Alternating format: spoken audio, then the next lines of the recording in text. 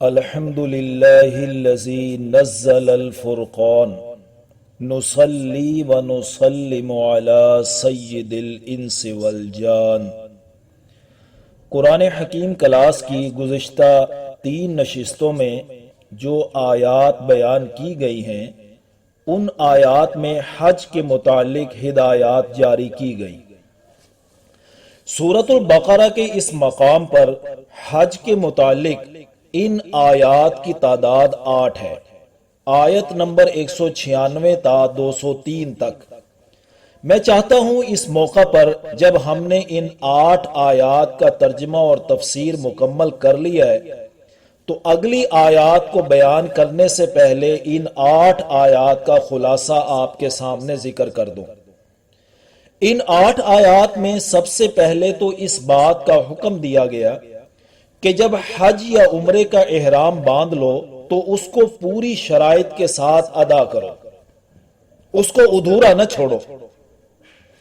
ہاں، اگر احرام باندھ لینے کے بعد حج و عمرہ کی ادائیگی میں کوئی رکاوٹ پیش آ جائے اور مکہ مکرمہ میں داخل نہ ہو سکو، کوئی دشمن رکاوٹ بن جائے یا کوئی اور وجہ بن جائے اور واپس آنا پڑ جائے تو یوں ہی احرام نہ کھول دو بلکہ قربانی کا جانور پیش کرو۔ یہ اس موقع پر جانور پیش کرنا دم احصار کہلاتا ہے۔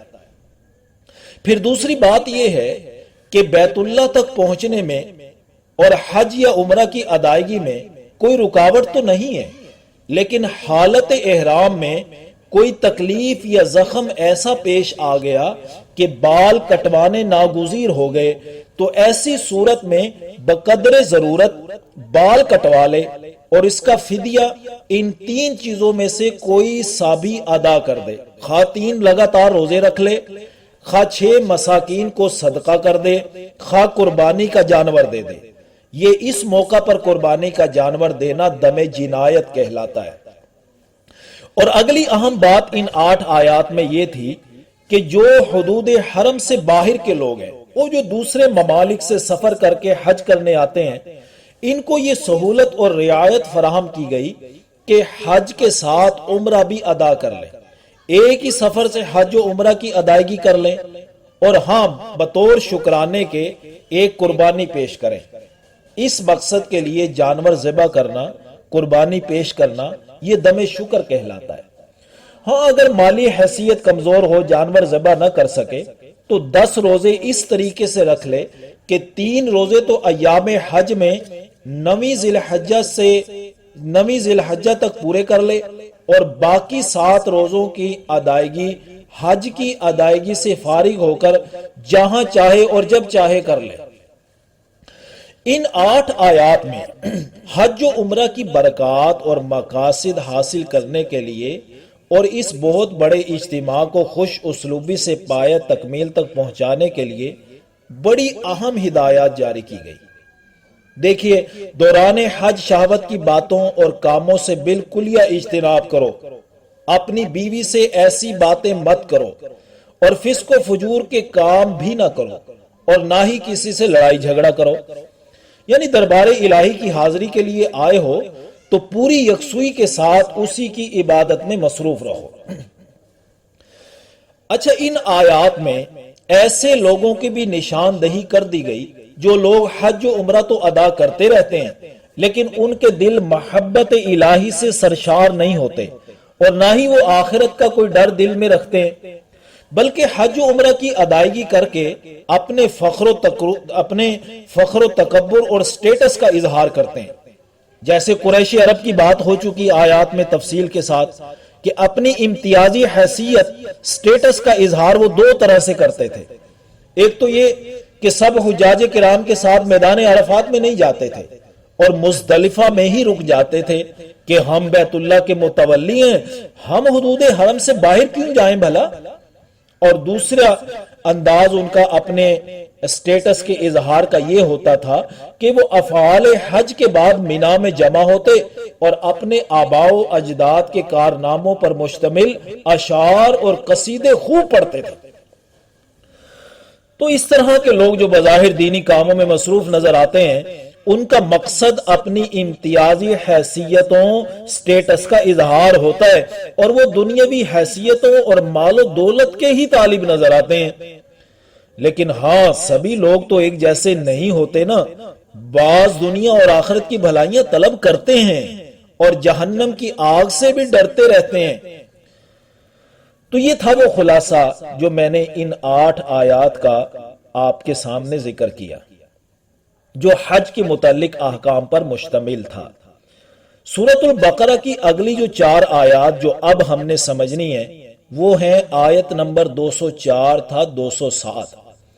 ان آیات میں بھی انہی 2 قسم کے لوگوں کی مزید وضاحت کی گئی ہے اور ان کی دنیاوی زندگی کا کچھ نقشہ کھینچا گیا ہے۔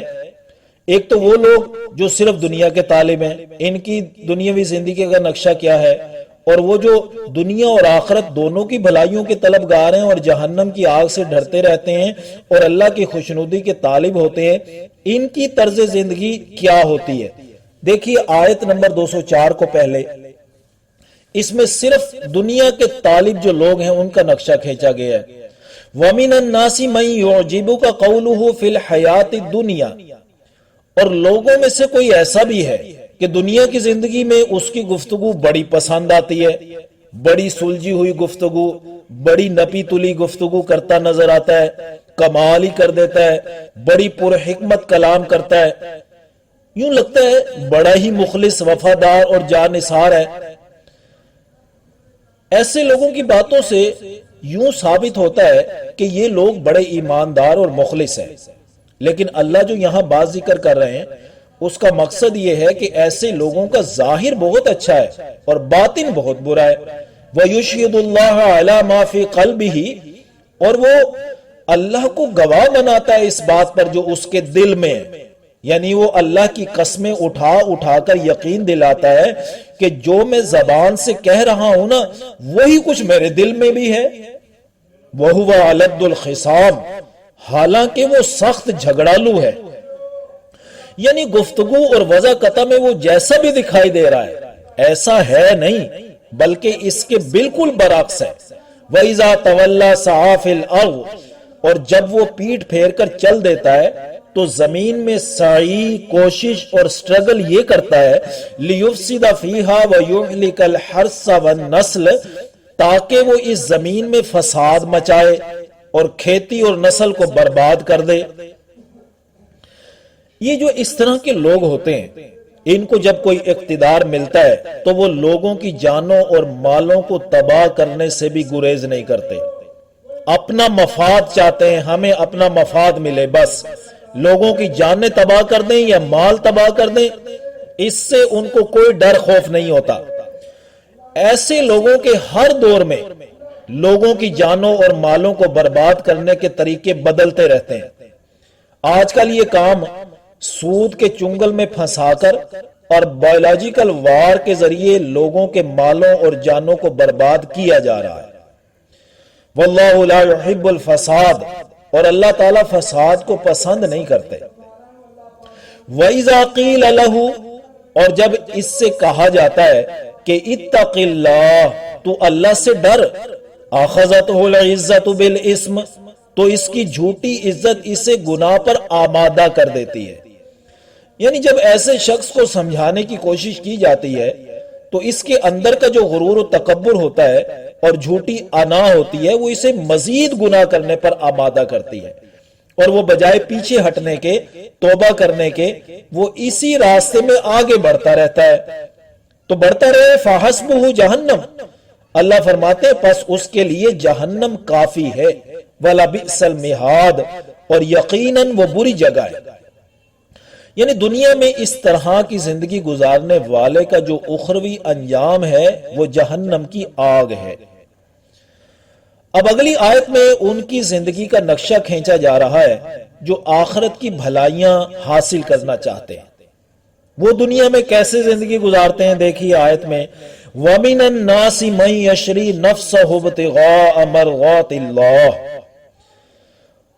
اور لوگوں میں سے کوئی ایسا بھی ہے جو خود کو بیچتا ہے اللہ کی رضا حاصل کرنے کے لیے۔ ہر شخص روزانہ اپنی جان کو بیچتا ہے نا، اپنی صلاحیتیں اور اپنے اوقات کسی نہ کسی کام میں لگا کر. صلاحیتیں بھی تو انسان کا سرمایہ ہیں، کیپٹل ہیں. کچھ لوگ انہیں بیچ کر صرف دنیا کماتے ہیں، لیکن کچھ لوگ ان صلاحیتوں کو اللہ کی رضا حاصل کرنے کے لیے کھپاتے ہیں، انویسٹ کرتے ہیں. ایسے لوگ اگر دنیا کے کاموں میں مشغول نظر آتے بھی ہیں نا، تو اصول و قوانین خداوندی کے اندر رہتے نظر آتے ہیں. اللہ تعالیٰ کے حدود کراس نہیں کرتے. نبی پاک صلی اللہ علیہ وسلم نے فرمایا نا، مومن تو وہ ہے جس کو دیکھ کر خدا یاد آئے. یعنی ان کے دل میں جو خدا کا ایمان ہے اس کے مطابق ہی تو زندگی جب یہ گزارتے ہیں تو معلوم ہوتا ہے کہ واقعتاً مومن ہے، اور پھر اللہ اس کو دیکھ کر اللہ یاد آ جاتا ہے. واللہ رؤوف بالعباد، اور اللہ تعالیٰ اپنے بندوں پر بڑا مہربان ہے. جو اللہ کے بندے ہیں، جو اسی کی بندگی کرتے ہوئے زندگی گزارتے ہیں، اللہ کی رحمت و شفقت اور مہربانی اصل میں انہی لوگوں کے لیے. تو اللہ تعالیٰ ہمیں اپنی صلاحیتیں اپنی ہی رضا حاصل کرنے کے لیے کھپانے کی توفیق نصیب فرمائے. آمین یا رب العالمین.